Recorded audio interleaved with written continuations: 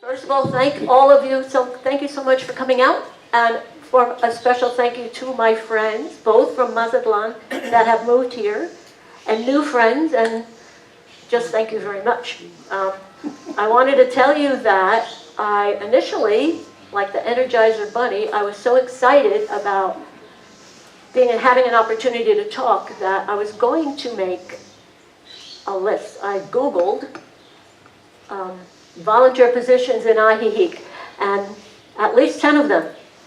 So I got very ambitious and I started getting email addresses, phone numbers, contacts. I called a few.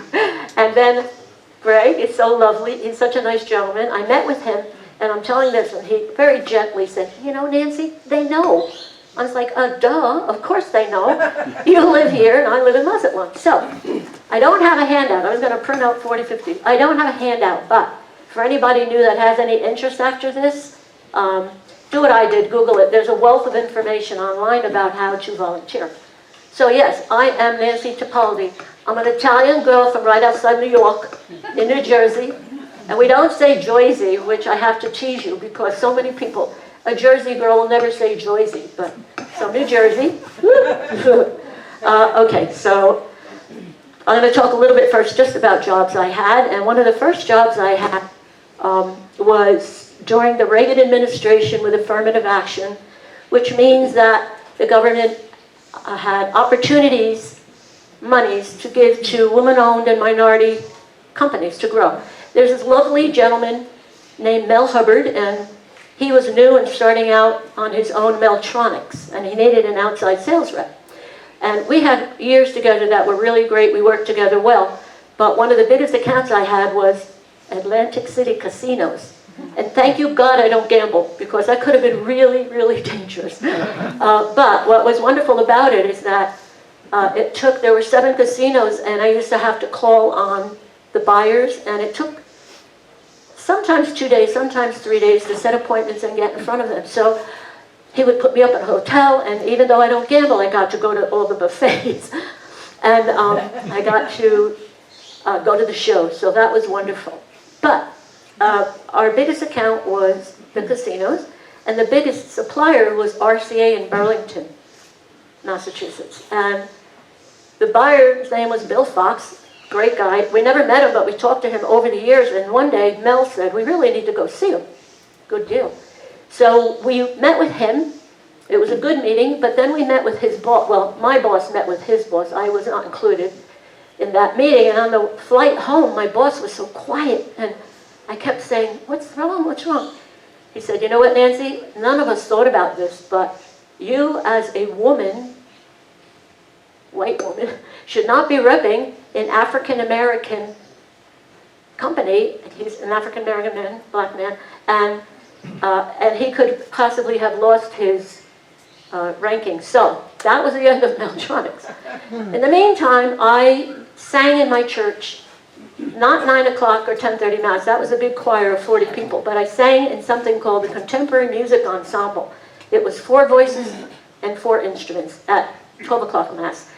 And my girlfriend Patty, who sang with me, said that there's an opening, and I'm looking for a job. There's an opening at Avon for a district sales manager. I couldn't imagine what that would be like, but she kept pushing it. So I went to New York City, and I met with a woman who was fantastic, and she hired me. And I'm thinking, piece of cake. Let me tell you what, I'm 75 years old. That is the hardest job I ever had in my life. I managed 430 plus Avon ladies, and one fabulous gay guy who became a district sales manager, and I was like a proud mother. I was so happy. One of my people got to be a district sales manager. But it was it was harder than you think. You think, ding dong, Avon, here's a lipstick. No. No, really, it was very difficult. We had a base salary, which wasn't very much, but in addition, you had to hit 5 indicators, and one of them were new additions. So every 2-week cycle, every 2-week new magazine, I had to put on between 12, 14 new Avon reps. Good luck finding that. It would be outside of supermarkets. It would be like whatever. And then those people, then the next step was retention. I had to hold the ones I had. And that wasn't always easy either, because you come aboard for $20 and you sell to your mother and your sister and your friends and your aunts and your cousins, and then you quit. So retention, I had to keep the number I had, average order. Anyway, it was really a tough job. And I was, what happened eventually, at that point in time, Avon decided no more Avon ladies, we're going online. So the Avon, the typical, I'm sure there are still Avon reps, but not the way it was. So I need a new job. And I lived in Wayne, New Jersey, and I kept passing this building called Dolan and Trainer. Dolan and Trainer, pretty building, I couldn't imagine, so I did a little investigating. It turns out that they were a distributor of stone. And it was mostly DuPont Corian, which is kind of old now, but good product. And I went in and I said to the receptionist, you know, I need a job. And she said, oh, you should interview with this man named Tom Bolger. And I got the interview. And I was an English major and a psych minor in college. And I usually learn about body language and all that. I couldn't read this guy for nothing. I had an hour interview with him, and it was, oh boy, I guess I'm not doing too good, I don't know. I went home, my ex-husband said, how'd you do? I said, damned if I know, I couldn't get it, I didn't know. So, turned out he didn't think my background fit very well, and that's fine. But 2 weeks went by, 3 weeks went by, I need a job. So, I went back to Dolan and Trainer, and I said to the receptionist, if you could give me, if you could ask Tom for 15, 20 minutes of his time, I'd like to ask him, could I have done something better? Could I have done something different? Is my resume, and she said, he's gone. I think they said he fired him. Whatever, bottom line is, she said, meet with these other two women, and I spent 9 years there. And the moral of this story, not to bore you, but the moral of the story is, if you don't ask, you don't get. So it kind of took guts to go in and say, what could I have done better, right? But anyway, so that was Dolan and Trainer, and I worked there for a very long time and very happily. And after Corian, like I said, it got a little bit old, so I left there and went to Silestone, which is a quartz product out of Spain. I spent about 6, 7 years there, and then I went to Caesarstone, which is a quartz product out of Israel. And during this time, now I'm going to tell you how I got to Mexico. During this time, my ex and I bought a home in Wayne, New Jersey, which is about 530,000 people, big city. But there's this section called Pines Lake, this private little beautiful section called Pines Lake. And he was an avid bass fisherman. So we found a little Cape Cod, a little Cape, not the ones on the water. They started at $2 and $3 and $4 million, but 2 blocks off the lake. It was a 7-mile around lake. So we bought this home, and we had 21 really great years. They were very happy years. But during that time, even though he already wanted to fish for bass, he also wanted to take every vacation and go fishing for pike. So, any Canadians? No Canadians? There you go. Lake Nipissing, North Ontario, Canada. Okay, we went for 10 years back to back. And no, it was lovely. Oh no, it's so beautiful. Oh yeah, and the pike we got, I had Clyde on a wall, whatever. But it's the things you do for love, you know. So we fished, and then after 10 years I said to him, honey, please, is there any way we can possibly go somewhere warm? So, oh no, we would go during Memorial Day. There was still ice on the water sometimes. It was cold. So he Googled best bass lakes in the world, and a lake called El Salto came up in Mexico. And we've never been, don't know a thing about Mexico. He said, I want to go for 3 weeks. I said, what about if we go like 2 weeks, and we don't know anything about Mexico. Let's spend a week somewhere. The closest city is Mazatlan. So we came, and the city of Mazatlan is also 500,000 plus population. Big. And it kind of is broken into sections. There's Historic Centro, there's Golden Zone, and there's the Marina. And then there's little sections within all that. So the first year we went, we stayed in the Golden Zone like most gringos do. More English spoken, whatever. It was great. We were in a hotel on the water. The second year we came back, and we went to the Historic Central, and we really liked that a lot. So third year, we were contemplating going again to Central, and I get diagnosed with stage 4 colon cancer. Oy vey, let me tell you, that's quite a journey. So, wait. So, I ended up in Memorial Sloan Kettering Cancer Center in New York City, and they saved my life, but it took 6 months, 3 times a week, 6 IVs going into my port. I was bald for over a year, like a year and a half. It was very difficult, but they saved my life, and I'm grateful, beyond grateful. I can't even express how grateful. So I'm here. And actually, today's the 28th, and on September 18th, 10 days ago, it was 14 years that I'm clean. So, yeah. Oh, thanks. Oh, that's sweet. Oh, right. So, but I want to take a little joke in between here. Another lesson, you know, if you don't ask, you don't get. Here's another lesson. Don't be judging and don't be pissy, because I lived in this lake community, and it was lovely. And on the street I lived was a very good girlfriend of mine who was very intelligent and had a great job, but she told me one day that she watches soap operas. And God forgive me here, but I'm like under my breath, because I love her, I wouldn't tell her, but I'm going, oh my God, I'm so disappointed. You watch soap operas? Oh my God. Well, okay guys, I'm in Memorial Sloan Kettering in a recliner for 6 months, 3 times a week, and on ABC Channel 7, General Hospital. 14 years later, I don't miss it. I am so hooked on General Hospital. And it's goofy, and some of the acting is bad, and some of the plot lines are foolish, but I don't care. I love it. I love it with a passion. I really do. Can't help it. Okay, so that's how we ended up in Mexico, because after my insurance maxed out, and I had a good job with good insurance, I still owed almost $500,000 to Sloan Kettering. That was tough. It was long and hard, and the pricing of.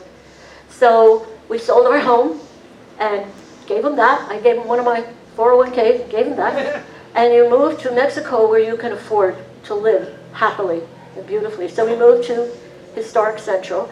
I landed on a Friday, and on Saturday morning I walked up to my first volunteer position called the Orfanatorio de los Niños, the girls' orphanage. And I met with a beautiful woman, Rafaela, and we're going back and forth. And I said, I want to volunteer. And she said, oh, that's great, because I need help with him. I'm thinking, I thought I'm in a girls' orphanage, him. Turns out, I didn't even see in this beautiful big room, there's a carriage with a baby, infant. And we said it at the same time. She said, his name is Gabriel. And we both said, oh, like the angel. So the story with Gabriel is that he was, his mother was a 15-year-old drug addict who abandoned the baby, and because of her addiction, he was very lethargic. It took 2 hours to get an ounce of formula in him. However, go forward 6 months, and now he has little cheeks, and he had a little belly, and at 7 months he got adopted. So the thing about adoption at this particular agency anyway, and I think probably in Mazatlan, the other ones too, not all the children are adoptable. Some of them have issues in their home where it could be alcoholism or drug addiction or abuse or whatever. So those kids get to stay in the orphanage until these families hopefully get help. It does happen. And also sometimes I think even some of the families have 7 kids and they just can't afford it. So they're not all adoptable. But I had the most wonderful time. Couldn't speak the language, I just knew there. Didn't speak any Spanish. But I would buy these little kits and make, because it was really all the girls. The baby was the only boy. The infant was the only boy. But we would make jewelry and color and paint and whatever. It was very rewarding. So that's one of the volunteer positions that I really enjoyed a lot. And we did a thing for the kids that it was usually in January. Mazatlan has an incredible aquarium. And it's not just the aquarium itself, but it's on huge grounds. And on those grounds, there were some animals, which upset me, in cages. But there were also like an old train that they could climb on. So each volunteer was responsible for one child. And I have never felt so old in my life the day I took care of Bianca. She was about six or seven. And she was like a chipmunk on speed. Boy, she was all over the place, and I'm chasing her and being with her. She was adorable, and it was a heck of a day, but we used to do that, and that was a lot of fun. Well, go forward 7 years, I'm coming out of my house one day, and this girl is running, Nancy, running. It's Bianca.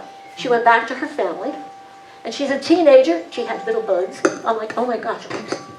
So that's a very nice story. Okay. So that was Bianca.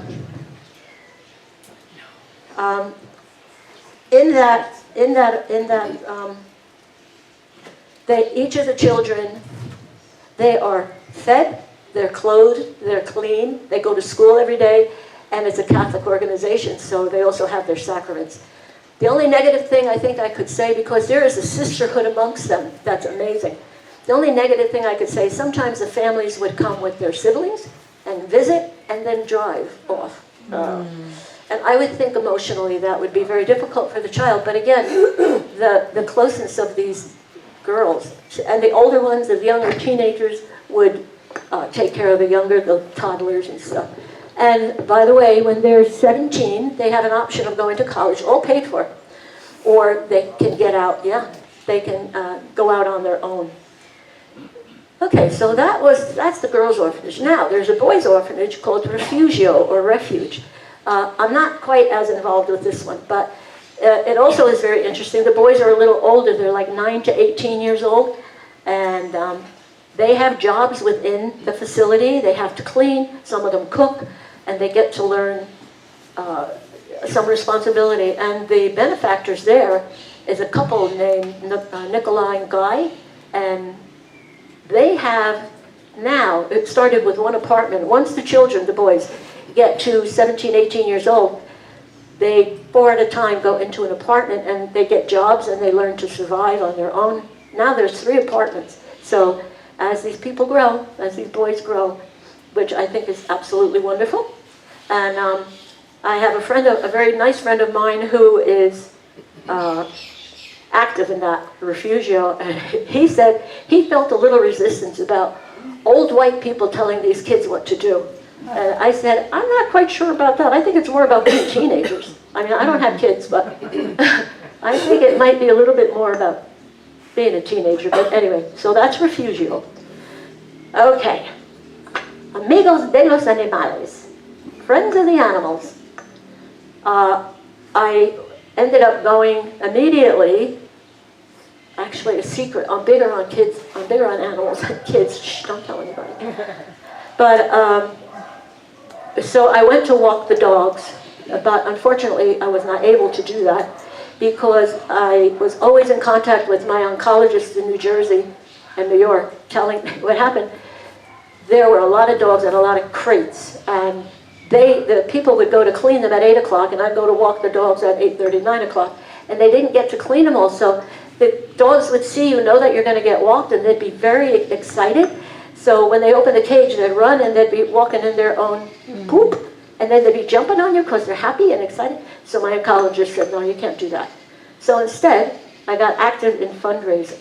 And we used to have a very big one, a beautiful big fundraiser, and it was a lot of a silent auction. So I would go around to all the restaurants and the nail salons and the hairdressers and ask for 15% off coupon or whatever. So that was very, very successful, but that was a huge job. So now, got a little smaller, at Friends Diner, which is, it's not really a diner, I'm a Jersey girl. By the way, for those of you who don't know, New Jersey is the largest state that has the most amount of diners. So, but it's called Friends Diner, and it's a very nice restaurant and bar. And the people there were wonderful and animal lovers, so they allowed us to have a sale. And so weeks before the sale, above the above the animal shelter is a bazaar where people just donate. So a couple of weeks before, I would go through all the clothes, make sure they're saleable, and all the merchandise. It was great. And then the day of, we would spend the whole day, and people would come and buy, and very reasonable, and all that money went for medicine and to help the animals.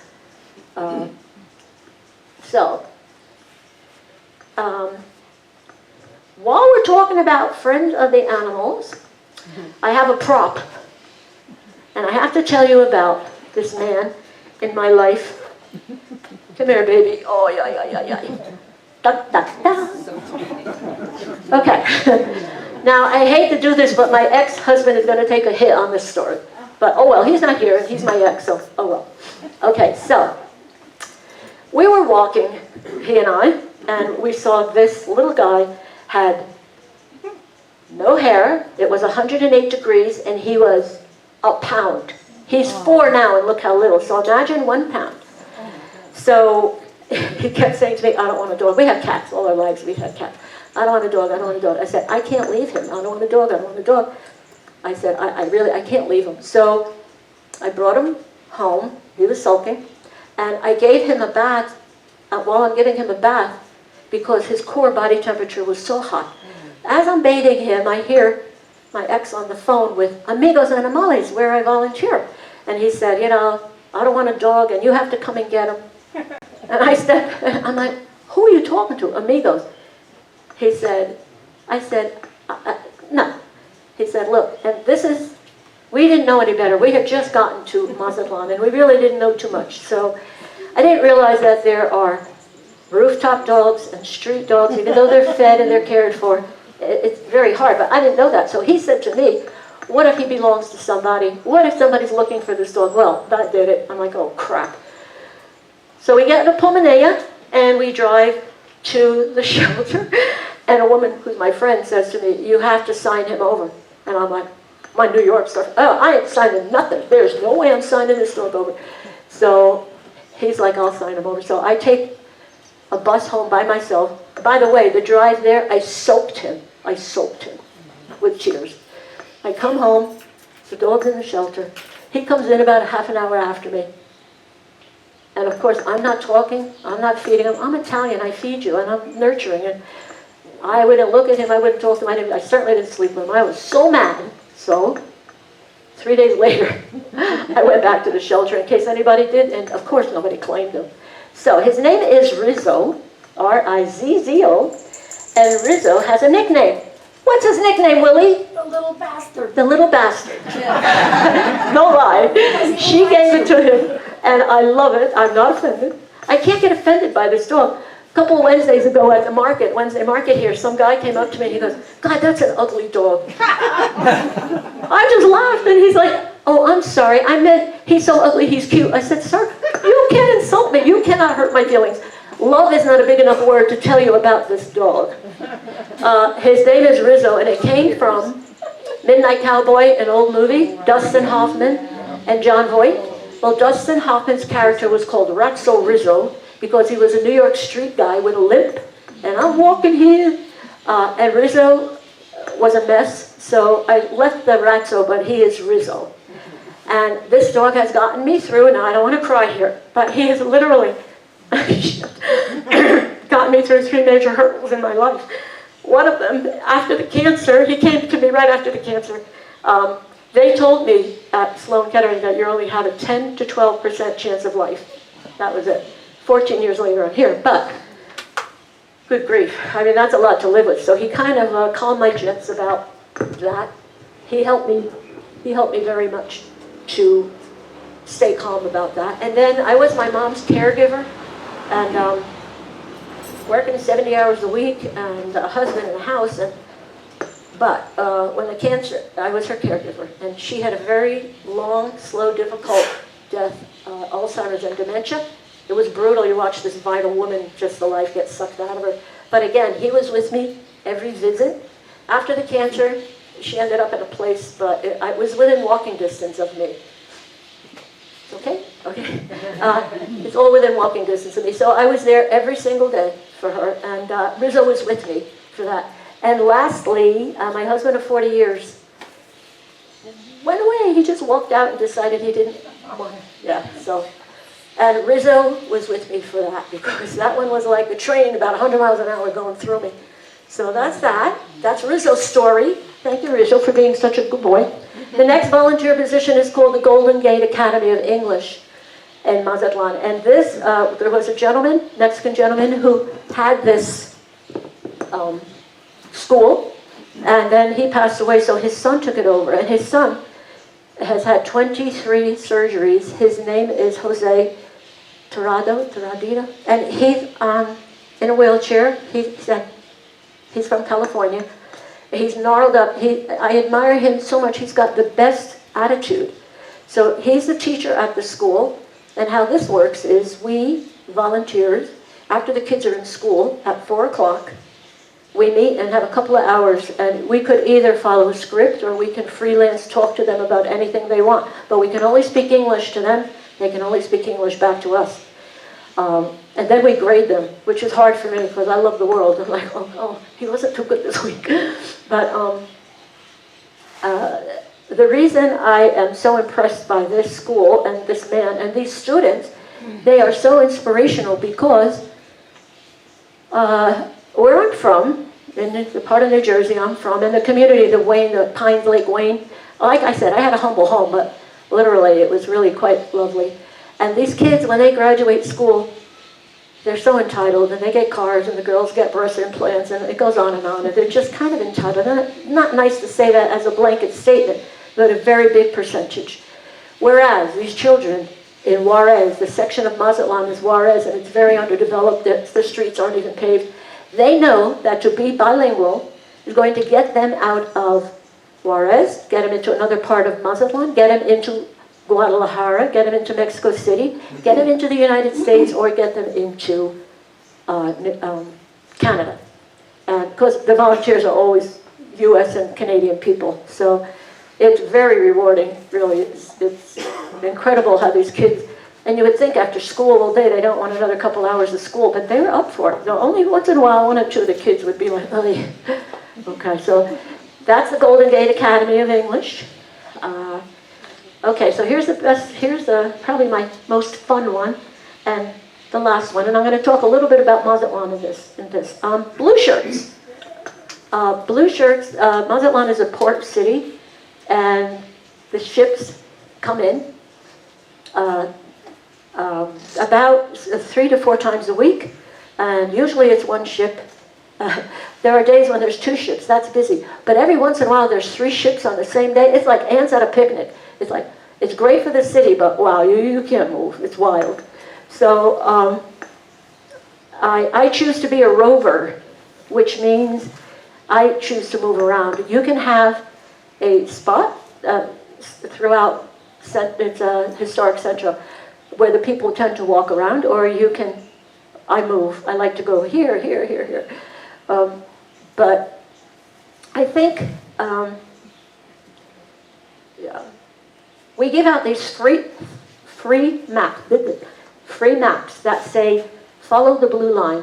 So when these people come out of the terminal, the ship parks, they come out of the ramp, and now it's a great distance to get to the street. So we used to be able, the blue shirts, and he's a blue shirt too. We used to be able to ride the trolleys. And the trolley would hold about 30 people. And we would hand out the free maps, or free, yeah, it had about 18 points of interest on this. Follow the blue line is on the front. Then inside was about 18 places of interest. And we used to be able to hand them out. For some reasons, we're not on the trolleys anymore. But we also would talk about safety, which I want to address, because everybody that comes out are very nervous. No one's speaking English.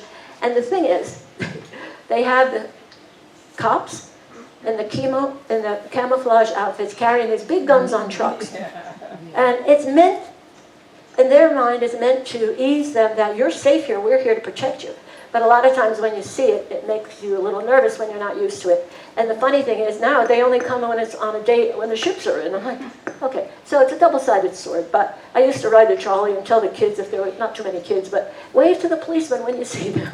And try try not to be frightened by it, you know. And the blue line ends in the Plaza Machado, which is this beautiful hub.